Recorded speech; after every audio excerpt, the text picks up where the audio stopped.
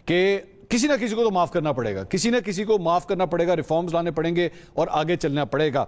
मुनीर फारूक साहब, नवाज शरीफ साहब को समझाया जा सकता है या खान साहब को समझाया जा सकता है कि बैठ जाएं, खुदा के लिए आपस में बात कर लें इकट्ठे, ताकि किसी तरह मसला हल हो जाए? हो सकता है सर, ये मुमकिन है? बात यह है मंसूर साहब कि मेरी, आपकी, हम सब की, हम चारों की ये ख्वाहिश हो सकती है और मैं, ये बड़ी अच्छी सोच भी है, मैं इससे एग्री करता हूँ। ये, इसको हम एक बड़ा फैंसी सा नाम देते हैं कोर्स करेक्शन का, और ये डिबेट मेरी अक्सर, आपकी, मेरी खलवत में जलवत में पीटीआई के लोग, मुस्लिम लीग नून के लोग, पीपल्स पार्टी के लोग, इनसे होती है कि यार जरा प्रोग्रेसिव हो जाएं, थोड़ा आगे फॉरवर्ड लुकिंग हो, छोड़े पुराने मामलात को।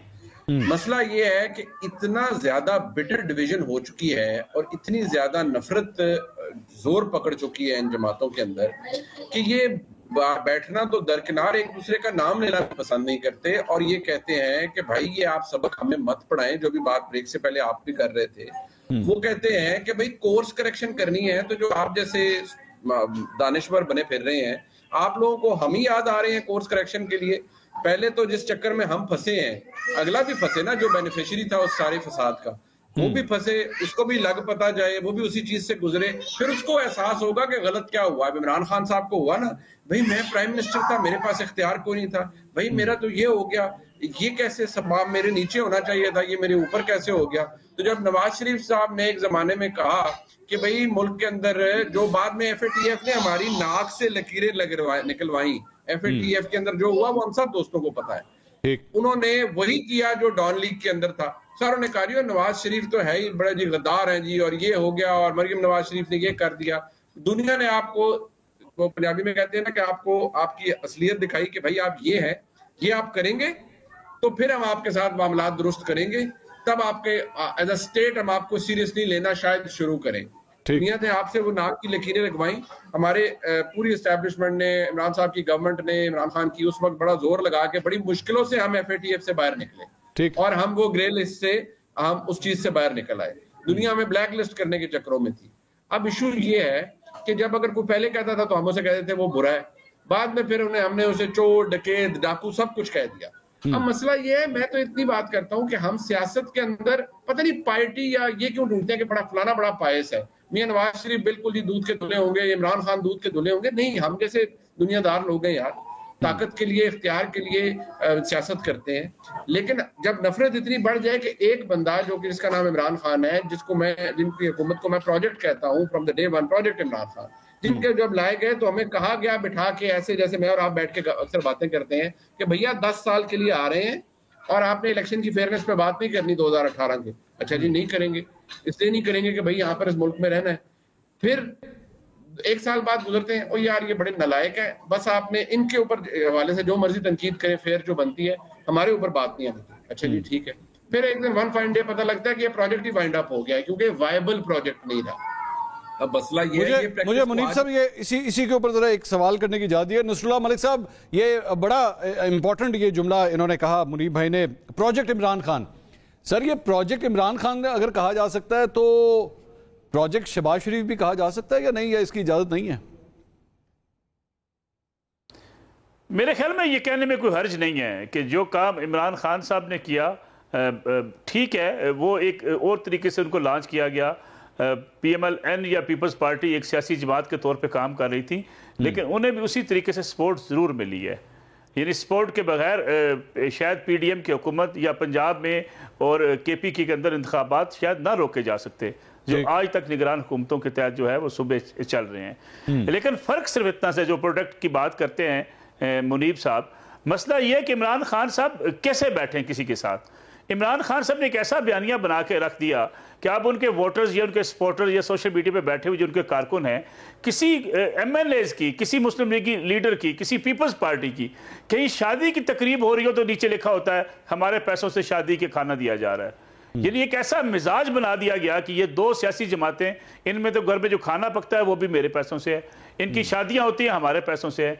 इतनी नफरत पैदा कर दी गई। आप देखें यूके के अंदर क्या लोग करते हैं, जाके जो नारे लगाते हैं कि ये घर हमारा है, ये गाड़ी हमारी है, हम अपनी गाड़ियां वापस लेने आए। इस मिजाज की मौजूदगी में इमरान खान साहब को बखूबी पता है अगर वो डायलॉग की बात करेंगे, अगर वो बैठेंगे, तो जिन कारकुनों को वो एक अंधी तकलीद के ऊपर इस इंतहा पे लेकर गए हैं वो उनके साथ नहीं रहेंगे। अब उनको भी पता है कि सियासी डायलॉग के बगैर इमरान खान साहब की सियासत नहीं बढ़ सकती, आगे नहीं बढ़ सकती। और मुल्क में जमहूरियत हो या मुल्क में पार्लियामेंट की बालादस्ती हो या सियासी जमातों का किरदार तभी मजबूत हो सकता है सियासी जमातें मिल बैठें। लेकिन सारे बैठने को तैयार हो जाएंगे, मैं आपको गारंटी देता हूं। पीपल्स पार्टी बैठ जाएगी, PMLN बैठ जाएगी, मौलाना फजल रहमान बैठ जाएंगे। इमरान खान बैठने को इसलिए तैयार नहीं होंगे कि उनका सारा बयानिया जिस झूठ की बुनियाद पर पॉपुलर हुआ है वो धड़ाम से नीचे गिर जाएगा। इसलिए वो इससे खौफ का शिकार हैं कि मैं अपने लोगों को खो बैठूंगा। मैं बड़ी ये इंपॉर्टेंट बात की है, तो अतर साहब के सामने मैं सवाल रखता हुआ जा रहा हूं, मुझे ब्रेक के ऊपर जाना है, और वो यही सवाल है कि अगर खान साहब इस पोजीशन तक आ चुके हैं, इतनी स्ट्रेंथ के ऊपर आ चुके हैं, तो क्या बेहतर नहीं है अब मुख्तलिफ सबक सीखता है जिंदगी के अंदर, जब ठोकर खाता है उससे सबक सीखता है, क्या खान साहब अब सबक सीख सकते हैं या नहीं कि मुझे अपने बयानिए के अंदर एक लचक लाने की जरूरत है पाकिस्तान के लिए, पाकिस्तान के माशरे के लिए, पाकिस्तान के अवाम के लिए? जानते हैं एक ब्रेक के बाद, हमारे साथ रहिए।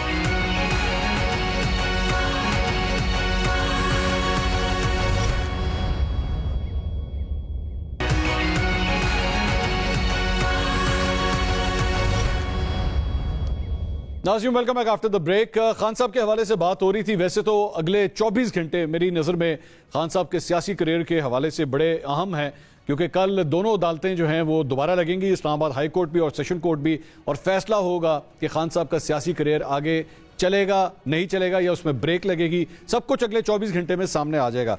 अतर साहब, लेकिन जहाँ पर टाइम देने की बात हो रही है, अभी थोड़ी देर पहले नसरुल्लाह मलिक साहब ने जो जिक्र किया, खान साहब ने जिस किस्म की पोलराइज्ड सोसाइटी बना दी है, खान साहब के साथ उसके बाद जो कुछ हुआ है, कुछ सीखा है? आपके ख्याल में सीखेंगे? क्या अपने अंदर कोई तब्दीली लेकर आएंगे? देखिए, बहुत सारी चीज़ों से ऑब्वियसली वो गुजर रहे हैं, पता तो तभी चलेगा कि जब वो दोबारा इक़्तिदार में आएंगे उससे उन्होंने क्या सीखा। आप मिले उनसे? मैं उनसे आखिरी दफ़ा तो 2-3 महीने हो चुके हैं। उस वक्त काफ़ी उनमें तब्दीली आई है, काफ़ी तब्दीली आई है। और उनके जो टीम के लोग थे, वो आपको पता है कि ये लोग तो किसी का जो है फ़ोन नहीं सुनते थे उस जमाने में। आपका फ़ोन हमेशा सुनते? नहीं, मेरा फ़ोन, आपका फ़ोन हमेशा, ये ना ये जाती नहीं करनी, ऑन एयर ये वाली जाती नहीं करनी। ऑन एयर से बता रहा हूँ आपको कि मैं खान साहब के दौरे हुकूमत में एक दफ़ा हम सिर्फ प्राइम मिनिस्टर हाउस गए, और वो भी तब जब हुकूमत जाने वाली थी, और वो साइफर उन्होंने दिखाना था पर वो भी नहीं दिखाया उन्होंने। ठीक है, पर वो तो एक अलग बहस है। देखिए, इसमें इशू ये कि ये जो साथ बैठने वाली बात, भाई को पहले ही उन्होंने बुला लेना था, बल्कि खुसूसी मुआविन बना लेना था। अच्छा, वैसे ये जो अभी थोड़ी देर पहले अतर भाई ने कहा ना, वो साइफर भी नहीं दिखाया उन्होंने, ये इजाफी था इस सारी चीज में, ये बड़ी ज्यादती की हमारे साथ इन्होंने। अच्छा, अब इसमें इशू देखिए, इशू क्या है कि जो साथ बैठने वाली बात है ना, इसमें मेरा थोड़ा सा इख्तिलाफ है।